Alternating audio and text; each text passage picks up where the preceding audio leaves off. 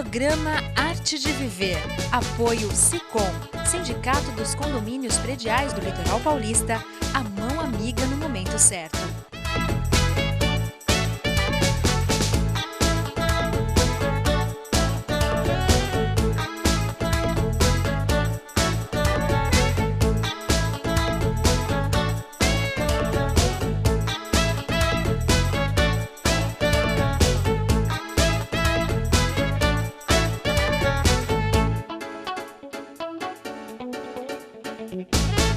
Olá, está começando mais um programa Arte de Viver e hoje nós vamos falar sobre alergia com o alergologista Dr.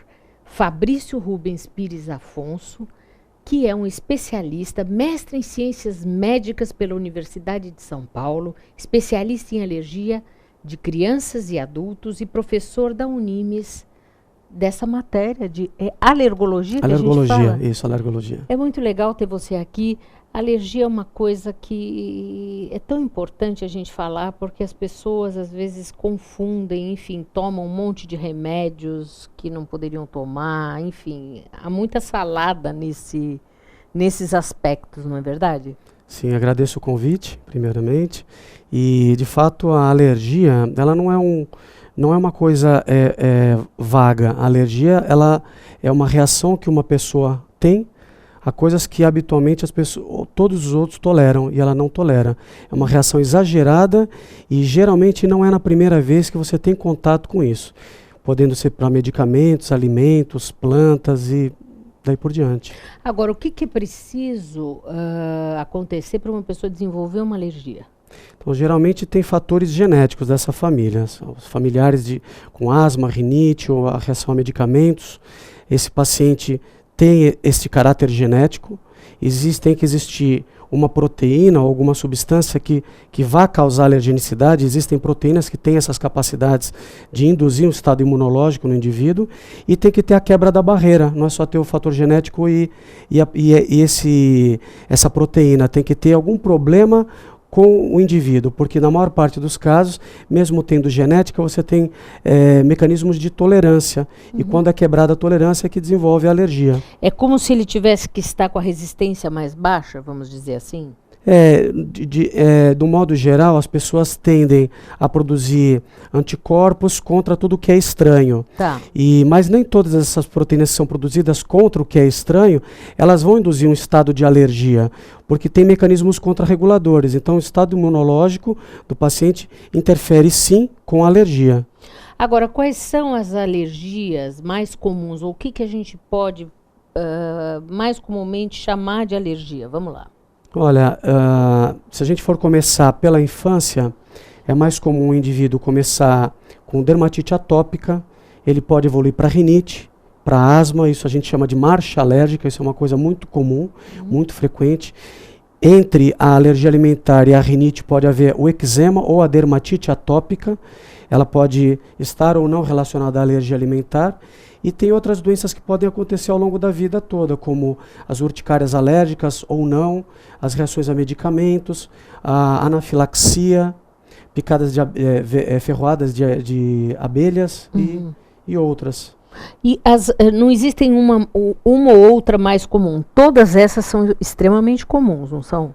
Todas são comuns, mas asma e rinite são doenças de maior prevalência. Por exemplo, a rinite é a doença crônica mais prevalente no nosso meio, e a asma é a doença crônica mais comum na infância, por exemplo. Então há uma ligação muito íntima entre elas. Cerca de 80% dos pacientes que têm asma têm rinite associada. E isto pode predizer uma evolução, que quem tem rinite também, 50%, pode ter evolução para asma. Agora, a gente pode definir, por exemplo, alguma doença alérgica a uma determinada faixa etária?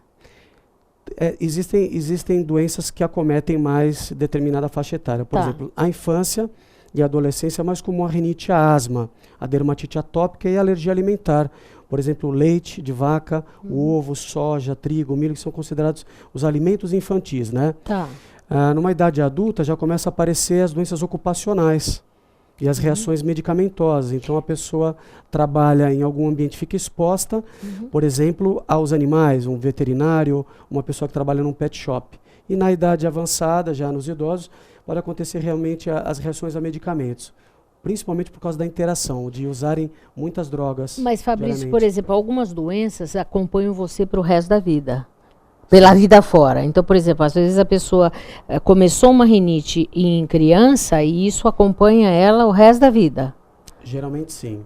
Isso que é o problema. Se foi determinado que é uma rinite alérgica, se tiver um envolvimento de um alergeno, quer seja um ácaro, fungo, pólen, pelo de animal, vai evoluir.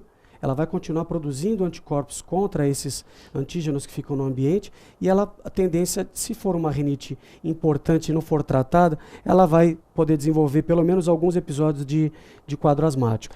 Agora, qual é a conduta? Porque, por exemplo, a gente ouve dizer que você deve deixar a pessoa exposta ao ambiente, porque você não pode criar a pessoa num ambiente redoma de vidro, né?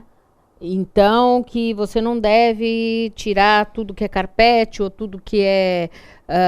por exemplo, se a pessoa tem alergia a pelo de animal, você não deve tirar todos os animais, porque senão a pessoa não vai poder conviver. Bom, se é história de alergia nessa família, aí já não é por aí. Não é, né? Não é. Então, se existe a história de alergia na família, esse indivíduo ou que vai nascer, ou que já é uma criança, um adolescente, ele deve ser exposto à menor quantidade possível de antígenos.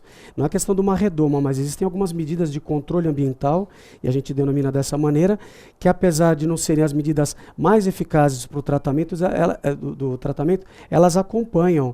Elas são o coadjuvante mais importante do tratamento da alergia. Ou seja, esse papo de que isso vai fazer ela criar anticorpo é uma bobagem. Não, ela acaba criando anticorpo, mas cria um anticorpo da alergia, que neste caso não é benéfico. Lógico, não, porque você ouve as pessoas dizerem, não, tem que criar uma resistência, mas que resistência? Vai matar a pessoa. Do ponto de vista infeccioso, você poderia pensar, mas a alergia pode até evoluir para um matar, desfecho fatal. Lógico, já voltamos a falar. Ouça agora uma dica do Dr. Rubens Moscatelli, presidente do Sindicato dos Condomínios Prediais do Litoral Paulista.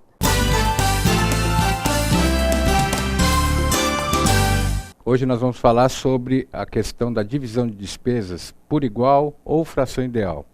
A legislação, Código Civil e muitas convenções condominiais, elas definem o critério para a divisão de despesas do condomínio com a fração ideal. O que quer dizer que as pessoas que têm uma unidade maior do que outras acabam pagando o condomínio maior. Esse critério vem sendo adotado já há muito tempo, desde 64, com a Lei 4591, e não necessariamente é o critério mais justo. O Código Civil, por sua vez, tentou trazer uma situação de discussão interna no condomínio, permitindo que se estabeleçam outros tipos de critério, desde que eles estejam previstos na convenção. Recentemente, a gente tem notícia de alguns julgados do Superior Tribunal de Justiça dizendo que o critério mais adequado e justo, em algumas situações, é o critério da divisão por igual de despesas. O fundamento principal qual é? Grande parte das funcionalidades e serviços do condomínio não tem como você dizer o apartamento maior usa mais do que o menor. Por exemplo, faxineiro. O faxineiro vai limpar as áreas comuns indistintamente. Ele não pode escolher se ele vai limpar melhor a área menor ou a maior. Ele tem que limpar bem todas. Então, em princípio, a divisão de despesas deveria ser por igual nesse sentido. Agora, para você não ter problemas dentro do seu condomínio, eu sugiro que você discuta isso em assembleias, verifique a possibilidade, por exemplo, de, utilizando o critério da lei, estabelecer despesas que possam ser divididas por igual e outras que sejam divididas por fração, e aí você consegue encontrar o meio termo e aquilo que a lei definiu como o melhor critério, ou seja, a discussão e o consenso interno do condomínio.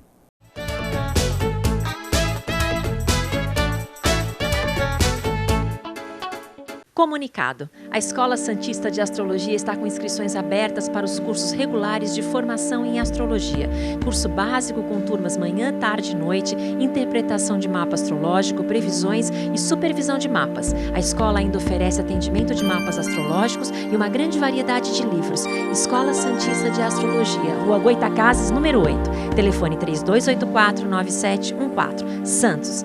O Smart Center oferece salas executivas que podem ser utilizadas por hora, dia ou mês, além de auditórios para treinamentos, cursos e seminários, salas de reuniões e o exclusivo programa Link, em que o cliente pode divulgar o endereço e telefone do Smart Center para receber encomendas, correspondências e recados. Uma opção inteligente que tem como diferencial aliar comodidade e baixos custos. Smart Center, o seu escritório virtual definitivo.